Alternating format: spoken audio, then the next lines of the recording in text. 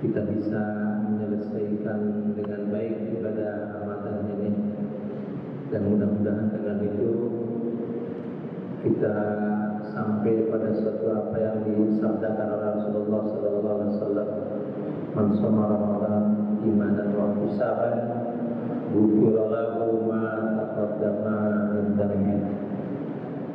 Kita ingin sekali diampuni dosa dan kesalahan oleh Allah Subhanahu wa taala, karena salah satu ciri daripada orang yang berbahagia di akhirat adalah yang mendapatkan ampunan dari Allah Subhanahu wa taala. Hadirin rahimakumullah, pada malam hari ini saya ingin menyampaikan tentang hal-hal yang sering disampaikan oleh Allah Subhanahu wa taala tentang masalah-masalah gaib. Masalah-masalah gaib yang luput dari pengamatan kita, atau mungkin juga kita tidak bisa mengamati, memperhatikan, apalagi mengadakan penelitian. Salah satunya adalah tentang kematian. Kita sebagai orang mukmin sering berdoa kepada Allah, mudah-mudahan ketika kita meninggal kita mendapatkan rahmat Allah, dan kemudian kita dimudahkan ketika sakaratul maut. Allahumma hawwin alaina fi sakaratil maut. Kenapa? Karena kata Rasulullah, sakit yang paling sakit adalah ketika sakaratul maut. Namanya juga sakarat, ya. Sakara itu artinya mabuk yang sangat mabuk, sampai kemudian menghembuskan nafas yang terakhir. Di dalam ayat-ayat Al-Quran disampaikan tentang bagaimana keadaan orang yang meninggal, yang sakaratul maut. Ternyata antara orang yang mukmin dengan non-mukmin disampaikan oleh Allah, sakaratul mautnya beda. Orang kafir dinyatakan oleh Allah di dalam surat Al-Anfal ayat 50 sampai 51. A'udzubillahi minasyaitonir rajim. Bismillahirrahmanirrahim.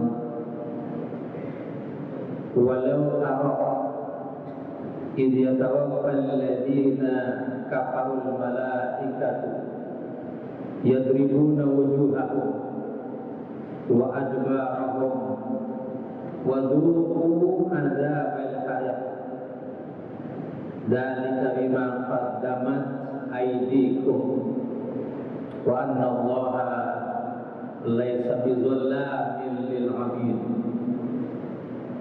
Andai kata engkau perhatikan, andai kata engkau tahu bagaimana malaikat mencabut nyawa dari orang-orang kafir. Mereka memukul wajah-wajah dan memukuli punggung orang kafir itu, dan mereka mengatakan, "Duku azab al-hari, rasakan azab yang sangat keras ini." Dzalika lima qaddamat aydikum, ini adalah disebabkan karena perbuatan tangan-tangan kalian, dan sesungguhnya Allah tidak menzalimi hamba-Nya. Itu yang dikatakan oleh malaikat ketika mencabut nyawa. Malaikat Israel mencabut nyawa, bukan hanya ditarik nyawanya dari dalam keadaan sakit yang sangat sakit itu, tapi dipukul depan belakangnya dan dikatakan kepadanya, rasakan ini Dan ini bukan karena Allah zalim, tetapi ini adalah akibat perbuatan. Nauzubillah min dzalik. Tapi beda dengan orang mukmin. Di dalam surat An-Nahl ayat 32, Allah Subhanahu wa taala menyatakan, alladzina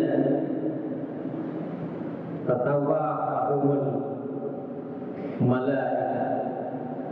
Orang yang bertakwa itu adalah orang yang diwafatkan, dicabut nyawanya oleh malaikat, thayyibin, dalam keadaan baik, dalam keadaan lembut. Yaqulun, malaikat itu mengatakan, salamun alaikum, keselamatan bagi kalian. Udkhulul jannata, masuklah kalian ke dalam surga.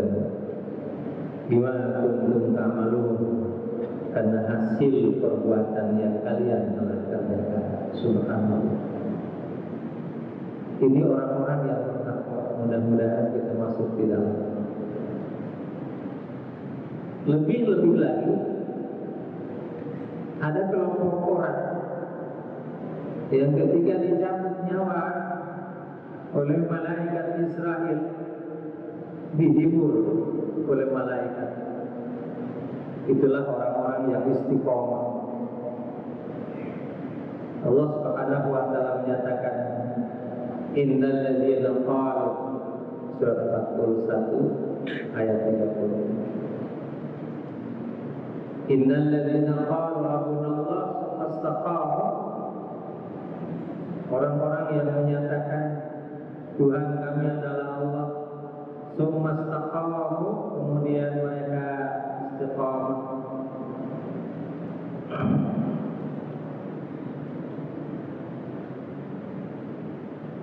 Innal ladzina qalu rabbunallah tsumma istaqamu,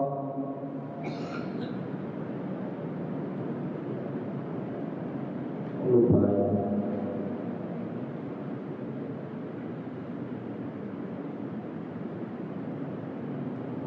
Innal ladzina qalu rabbunallah istaqamu tatanazzalu alaihimul malaikah, tatanazzalu alaihimul malaikah. Saat ketika dicabut nyawa, malaikatnya datang. Faqalu alla takhafu wa la tahzanu, dan menghibur mengatakan alla takhafu wa la tahzanu, jangan takut, jangan sedih. Jadi kalau takut itu takut masa depan, kalau sedih itu masa lalu. Wa absyiru, dan gembiralah bil jannati allati kuntum tu'adun, dengan surga yang sudah disiapkan bagi kalian. Dengan surga yang sudah disiapkan bagi kalian. Subhanallah. Jadi malaikat itu bukan hanya mencabut dengan pelan-pelan, bukan hanya mengatakan salamun alaikum wadkhulul jannah, tapi mengatakan alla taqafu wa la tahzanu wabshiru bil jannati allati kuntum tu'adun nahnu awliya'ukum fil hayatid dunya wa fil akhirah. Kami adalah pelindung-pelindung kalian, baik ketika kalian di dunia maupun di akhirat nanti. Dan kemudian disuruh untuk masuk surga, dan dikatakan kepada mereka, di surga disediakan apa saja yang kalian mau nikmati sepuas-puasnya. Subhanallah. Jadi pantas ketika ada seseorang yang bertanya atau meminta nasihat kepada Rasulullah Sallallahu Alaihi Wasallam dalam sebuah hadis yang ke-21 di hadis Arba'in dari Sufyan bin Abdillah, qala Bila ya Rasulullah, katakan kepada Rasulullah, kulli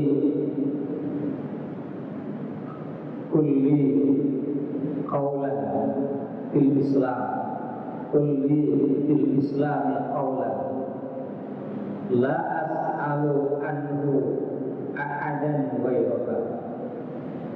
Katakan kepadaku satu nasihat, suatu ucapan yang aku tidak akan dalam ajaran Islam, yang aku tidak akan tanya lagi kepada orang selain engkau ya Rasulullah. Apa kata Rasulullah?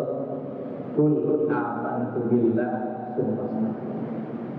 Katakan oleh engkau, aku beriman kepada Allah, setelah itu kemudian istiqomah. Jadi luar biasa. Orang yang istiqomah itu adalah orang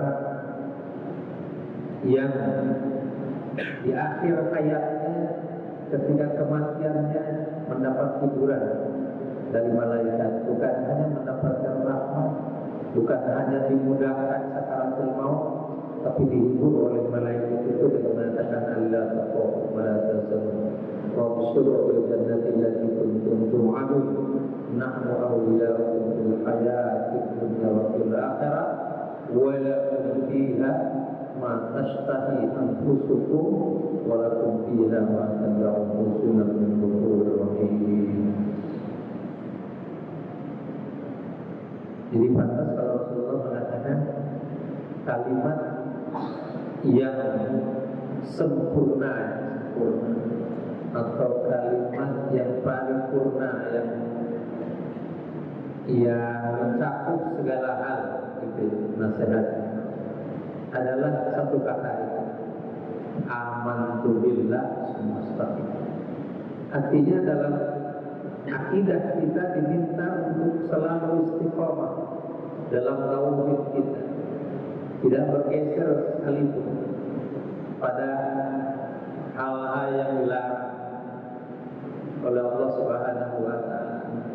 Dalam ibadah kita istiqomah, mengikuti apa yang diatur oleh Allah, contohkan Rasulullah Sallallahu Alaihi Wasallam dalam segala hal. Tetapi istiqomah ini adalah istiqomah untuk kebaikan, untuk hal-hal yang dicontohkan Rasulullah Sallallahu Alaihi Wasallam. Umpamanya disiplin ketika kita di bulan Ramadan, itu istiqomah terus dipertahankan sampai di luar bulan Ramadan, sampai ketemu lagi bulan Ramadan.